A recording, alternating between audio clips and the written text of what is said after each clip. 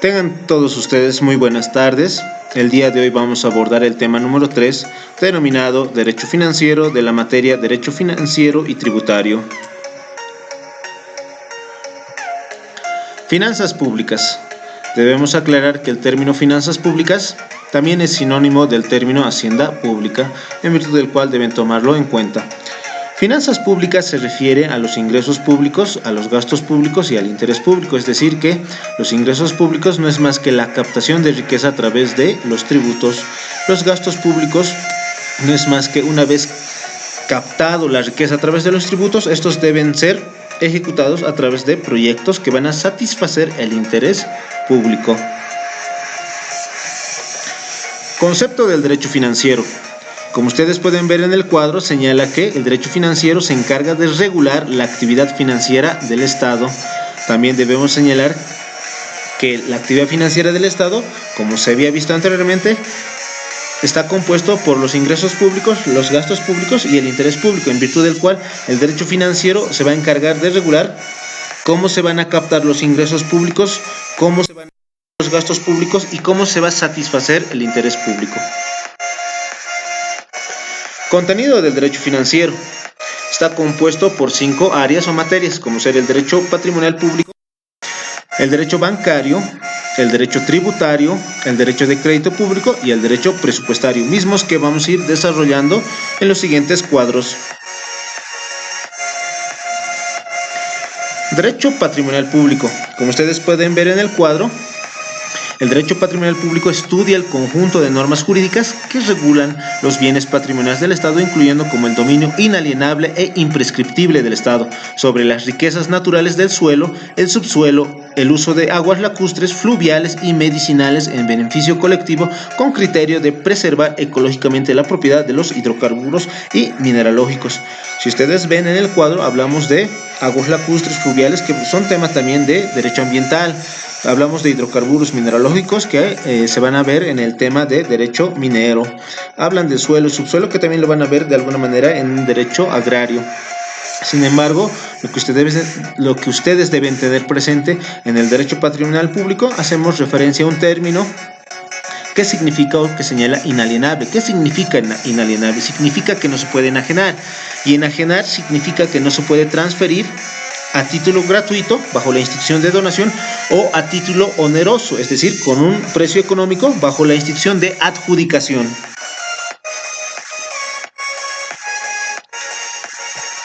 Para ejemplificar de mejor manera, diremos o citaremos el artículo 339, parágrafo 2 de la Constitución Política del Estado, dando una breve lectura. Los bienes del patrimonio del Estado y de las entidades públicas constituyen propiedad del pueblo boliviano, inviolable, inembargable, imprescriptible e inexpropiable. No podrán ser empleados en provecho particular alguno. Su calificación, inventario, administración, disposición, registro obligatorio y formas de reivindicación serán regulados por ley. Como ustedes pueden ver en la última parte, habla de la reivindicación. No es más que la recuperación de bienes de patrimonio del Estado, la reivindicación.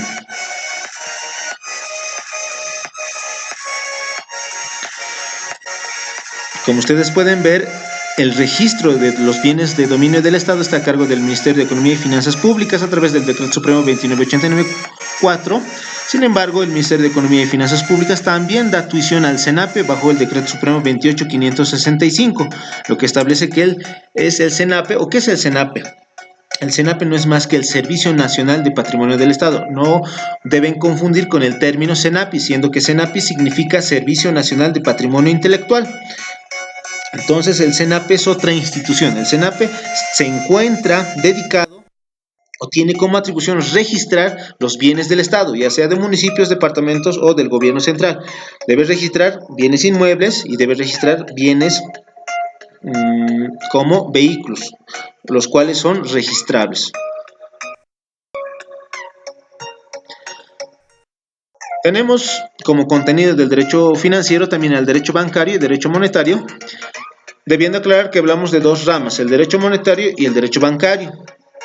El derecho bancario no es más que aquel conjunto de normas jurídicas que va a regular la forma de acuñación, la forma de cambio, la forma de circulación y otras transacciones de la moneda, entendiendo que la moneda es el instrumento de pago. En otras palabras, el derecho monetario va a regular cómo la moneda va a circular, cómo la moneda va a ser cambiada por otras monedas y cómo se va a acuñar la moneda, es decir, cuánto dinero se debe imprimir para Bolivia para una determinada gestión, cuál es el tipo de cambio del boliviano al dólar o viceversa. Todos estos están regidos por el Banco Central de Bolivia a través de la Ley 1670. El derecho bancario no es más que aquel conjunto de normas jurídicas o reglas jurídicas que va a regular la estructura y funcionamiento de las entidades bancarias y la relación con las personas naturales y jurídicas que van a realizar operaciones bancarias. El derecho bancario sobre todo está regulado por la ASFIN, que no es más que la autoridad de supervisión del sistema financiero a través de la Ley 393. Derecho tributario. Si ustedes ven en el cuadro, se hace un concepto en lato sensu, es decir, en sentido amplio, en sentido general. Si ustedes ven el cuadro, señala que el derecho tributario regula la creación, modificación y extinción de tributos. No se lo realiza un concepto específico, siendo que todo este año vamos a ver el derecho tributario. Cómo se crea el tributo, cómo se modifica el tributo, cómo se extingue el tributo y la parte adjetiva del derecho tributario también se lo va a ver en el transcurso de este año.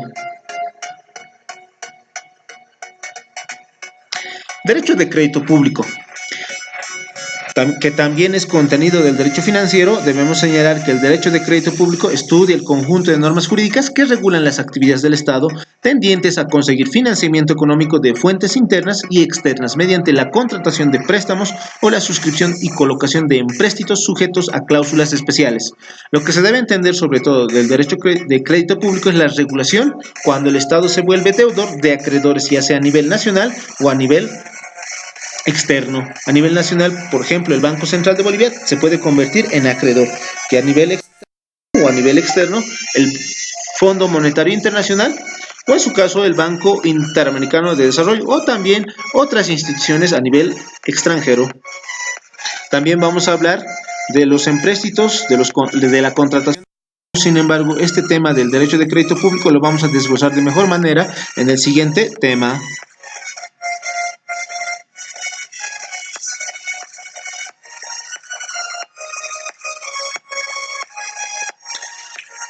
Para ejemplificar de mejor manera la importancia del derecho de crédito público, vamos a citar el artículo 158, parágrafo primero de la Constitución Política del Estado, en su numeral 8, que establece que, como una de las atribuciones de la Asamblea Legislativa, aprobar leyes en materia de presupuestos y, lo más importante, aprobar leyes en materia de endeudamientos, debiendo aclarar que cualquier crédito externo del cual es parte Bolivia, debe solicitar la aprobación de la Asamblea Legislativa Plurinacional.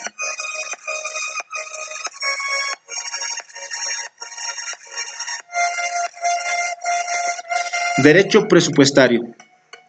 El derecho presupuestario es el conjunto de normas jurídicas que regulan la formulación, la presentación, la discusión, la aprobación, la promulgación, la publicación, la ejecución y control de los presupuestos de las diversas entidades del sector público. Como el ejemplo más característico del derecho presupuestario es la Ley del Presupuesto General del Estado. Sin embargo, debemos hacer una aclaración. Derecho presupuestario y Ley del Presupuesto General del Estado, si bien tienen una relación, tienen una diferente concepción, siendo que el derecho presupuestario habla de cómo se debe formularlo, cómo se debe presentar, cómo se discute, cómo se lo aprueba, cómo se lo promulga y cómo se lo publica, cómo se lo ejecuta y cómo se controla la ejecución de presupuestos. Sin embargo, el presupuesto general del Estado o la ley del presupuesto general del Estado es una estimación de cuántos ingresos se va a tener y cuánto se va a erogar de esos ingresos públicos. Entonces deben tener clara esa diferencia.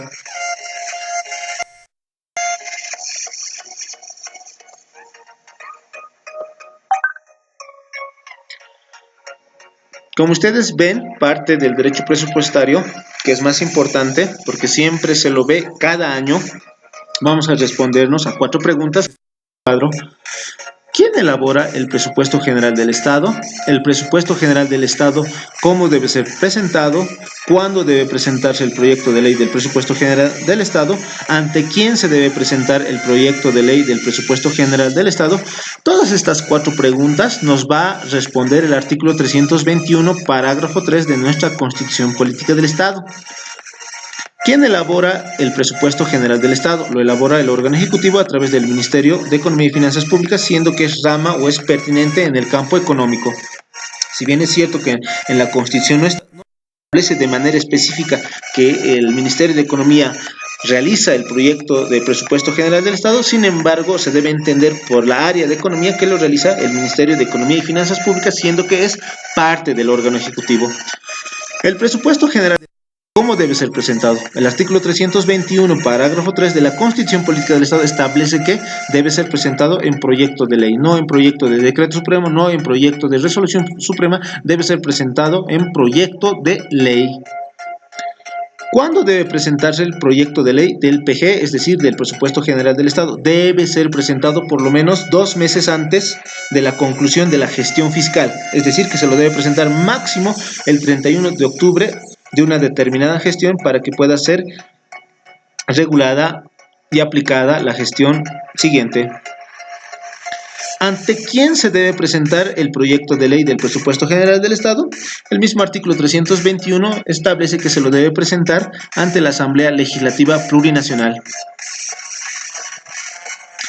Como ustedes pueden ver, aquí en la imagen existe una nota oficial donde vamos a hablar o vamos a responder cada una de las 4 preguntas señaladas anteriormente. Primero, se señala ¿quién presenta el presupuesto general del Estado? Lo presenta el órgano ejecutivo. El máximo representante del órgano ejecutivo es el presidente del Estado plurinacional. Es la firma del anterior gobierno, el del señor Evo Morales. ¿Cómo se lo debe presentar? Se lo debe presentar en proyecto de ley. Ustedes ven, se hace referencia a proyecto de ley del PGE. También se establece cuándo se lo debe presentar.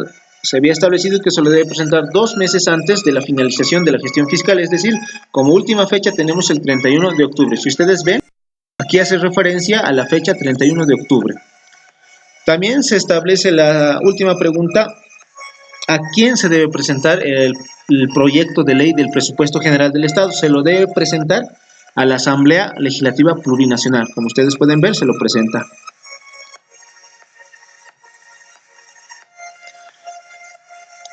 Otra de las preguntas que debemos establecer es ¿quién preside la Asamblea Legislativa Plurinacional o también denominado órgano legislativo? Según el artículo 153, parágrafo primero de nuestra Constitución establece que el que preside que el presidente de la Asamblea Legislativa o el presidente del órgano legislativo no es más que el vicepresidente del Estado plurinacional. Aquí debemos realizar una aclaración o tal vez un breve comentario. Por la teoría de Montesquieu se sabe que tenemos 3 órganos o 3 poderes denominados hoy en día órganos, como ser el órgano legislativo, el órgano judicial y el órgano ejecutivo. Sin embargo, una de las teorías o las disposiciones de la división de poderes señala que no debe haber intromisión entre un órgano y otro órgano, es decir, que no debe haber intromisión entre el órgano legislativo con el órgano ejecutivo, en virtud del cual al señalar que el vicepresidente es el presidente de la Asamblea Legislativa, ya estamos contraviniendo la intromisión de un órgano a otro órgano, es decir, que el vicepresidente que forma parte del órgano ejecutivo también es presidente del órgano legislativo. Como comentario debemos aclarar que tal vez se puede hacer una modificación en las siguientes constituciones que van a ser modificadas. Así también vamos a establecer que el presupuesto o el proyecto de ley del presupuesto general del Estado debe ser presentado al vicepresidente. Vamos a retroceder un cuadro más atrás. Si ustedes ven, señala al anterior vicepresidente que funge como presidente de la Asamblea Legislativa Plurinacional. Otra de las preguntas que se debe realizar, la Asamblea Legislativa, ¿cuánto tiempo tiene para aprobar el proyecto de ley del PGE? Según el artículo 158, parágrafo primero, numeral 11 de nuestra Constitución Política del Estado, establece que se debe tomar un plazo o deben aprobarlo en el término de 60 días. Una de las preguntas que también ha sido analizadas en las anteriores clases es la siguiente. Si la Asamblea Legislativa no aprueba el proyecto de ley del PG en 60 días, ¿qué sucede? Lo vamos a responder en el siguiente cuadro. Como ustedes pueden ver, vamos a abordar tanto la antigua Constitución como la nueva Constitución. Nuestra nueva Constitución vigente desde el 7 de febrero del año 2009 establece que en caso de no ser aprobado en este plazo, el proyecto se dará por aprobado. Así lo establece el artículo 158, parágrafo primero, numeral 11 de nuestra Constitución vigente. Es decir, que si presentamos nuestro proyecto de ley a la Asamblea Legislativa y no lo aprueba en el término de 60 días, tenemos una aceptación tácita, en virtud del cual debemos remitirlo para su promulgación correspondiente. Sin embargo, nuestra anterior Constitución, que también algunos lo han aplicado para otros presupuestos, se establece que cuando la Asamblea, o antiguamente denominado Congreso, no aprobaba el presupuesto general del Estado, automáticamente adquiría fuerza de ley, como ustedes pueden ver en el cuadro. Sin embargo, actualmente solamente se señala que se tendrá por aprobado para posteriormente ser promulgado y su correspondiente publicación. Principios del presupuesto general del Estado, establecidas en la Resolución Suprema 22.555.8 en su artículo 6. ¿Qué se establece? En cuanto a los principios, tenemos el principio de equilibrio, el principio de sostenibilidad, el principio de universalidad, el principio de transparencia y el principio de flexibilidad. Vamos a ir desglosando cada uno de estos principios. El principio de equilibrio establece que todos los gastos deben estar presupuestados. ¿A qué se refiere? Si vamos a destinar dinero para construcción de hospitales, de unidades educativas, de canchas, de indumentarias para los médicos, todo aquello, debe estar presupuestado, es decir, que debe tener un financiamiento. No puede señalarse que vamos a ejecutar un hospital si no tiene financiamiento, es decir, una fuente económica. Entonces vamos a señalar que el equilibrio se refiere que todo gasto público debe estar presupuestado en el presupuesto general del Estado.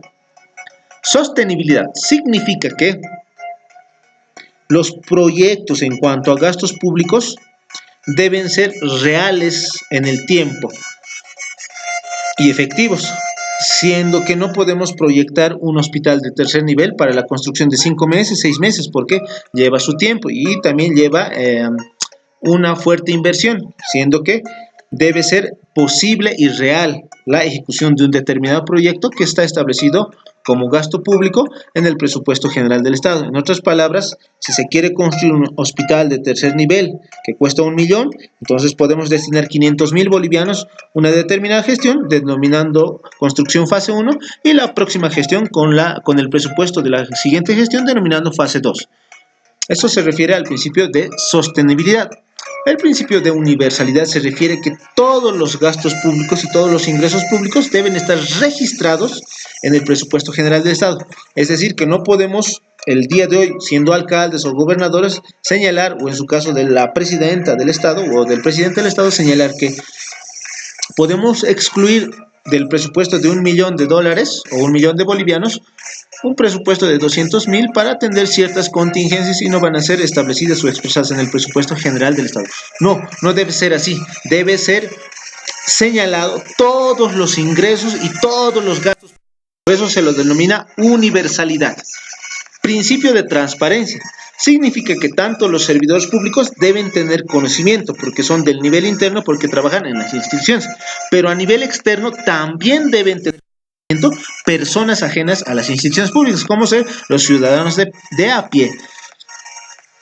Un artículo en referencia a la transparencia, vamos a señalar el artículo 241 de la Constitución Política del Estado, que hace referencia al control social, en lo cual se refiere a la fiscalización de los recursos del Estado. Flexibilidad. El principio de flexibilidad se refiere que todo presupuesto, ya sea a nivel nacional, a nivel departamental, a nivel institucional o en su caso a nivel municipal, puede ser modificado. En otras palabras, flexibilidad también es sinónimo de modificación, es decir, que los presupuestos aprobados en un determinado momento pueden ser modificados en otro momento. En los municipios generalmente se los denominan reformulados, ustedes deben tenerlo muy en cuenta.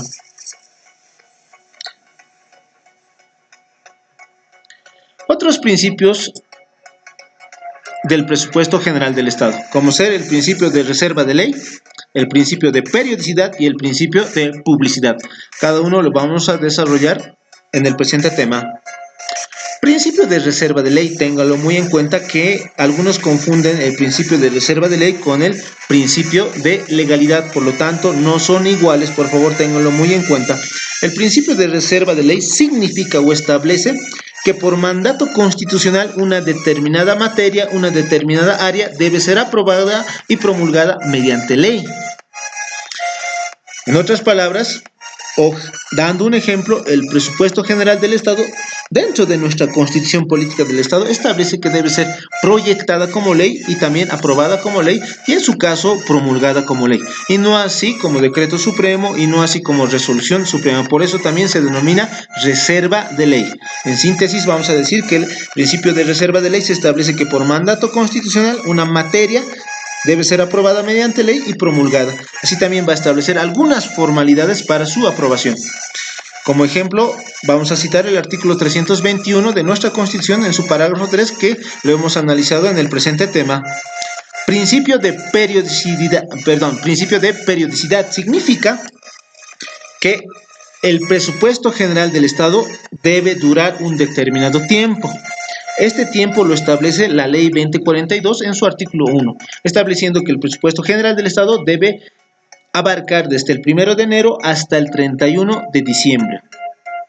Y el principio de publicidad, debiendo aclarar que toda ley tiene vigencia a partir de su publicación. Así lo establece el artículo 164 de nuestra Constitución Política del Estado. Sin embargo, debemos señalar una excepción a la regla. La regla es que toda ley es de aplicación obligatoria desde el momento de su publicación. Sin embargo, existe una excepción, que es la vacatio legis, denominada vacación legal o vacancia legal.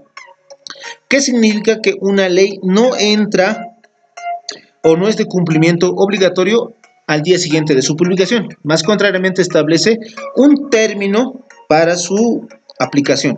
El ejemplo más claro es las leyes procesales. Ustedes tienen en cuenta que el 2014 se ha promulgado el nuevo Código de Familias y Procesos Familiares, en virtud del cual no ha sido de cumplimiento obligatorio al día siguiente de su publicación en la Gaceta Oficial. Sin embargo, ha tenido un transcurso para poder aplicarse. ¿Para qué es este tiempo de vacatio legis? Es para que los jueces, fiscales, los litigantes, abogados y la población en general puedan conocer sobre la parte sustantiva y la parte adjetiva de las normas procesales, para poder aplicar, para poder adquirir mayores conocimientos y no cometer errores en su aplicación cuando una determinada ley sea vigente.